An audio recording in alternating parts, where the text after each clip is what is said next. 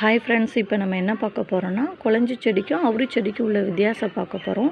நான் ஒரு வீடியோ பார்த்தேன் யூடியூப்பில். அவங்க என்ன செஞ்சுருக்காங்கன்னா அவுரி செடின்னு சொல்லி குளஞ்சி செடியை காமிச்சு வீடியோ போட்டிருந்தாங்க. ஸோ நம்ம தவறுதலாக எதுவும் யூஸ் பண்ணிடக்கூடாது. அதனால் நம்மளுக்கு எதுவும் சைடு எஃபெக்ட் வரும் இல்லையா? அதனால தான் நான் தனித்தனியாக எது அவுரி செடி எது குளஞ்சி செடின்னு காமிக்க போகிறேன். ஓகே, நல்லா பாருங்கள். ஏன்னா நம்ம அழகு குறிப்பாக இருந்தாலும் சமையல் குறிப்பாக இருந்தாலும் எதுவுமே நம்ம யூடியூப்பை பார்த்து தான் இப்போ உள்ள ஜென்ரேஷன்லாம் யூஸ் பண்ணிகிட்ருக்காங்க. ஓகே, இங்கே பாருங்கள். இது அவுரி செடி, இது குளஞ்சி செடி. ரெண்டுத்துக்கும் எதுவும் வித்தியாசம் தெரியுதா?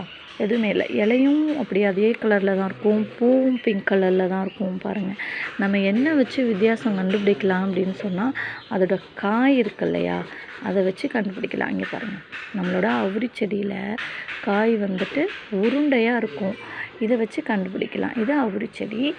நம்ம குளஞ்சி செடியில் எப்படி இருக்கும் காயின்னு சொன்னால் இங்கே பாருங்கள், தட்டையாக இருக்கும். அவரைக்காய் போல் தட்டையாக இருக்கும். இதுதான் குளஞ்சி செடி. இது காய் வச்சு நம்ம கண்டுபிடிக்கலாம். மற்றபடி ரெண்டு செடிக்குமே பார்த்திங்கன்னா ஒரு வித்தியாசமுமே இருக்காது. பாருங்கள், ஒரு வித்தியாசமே இருக்காது. இலையிலேருந்து பூலேருந்து எல்லாம் ஒரே மாதிரி இருக்கும். நம்ம காய் வச்சு கண்டுபிடிச்சிக்கோங்க. Okay, thank you friends.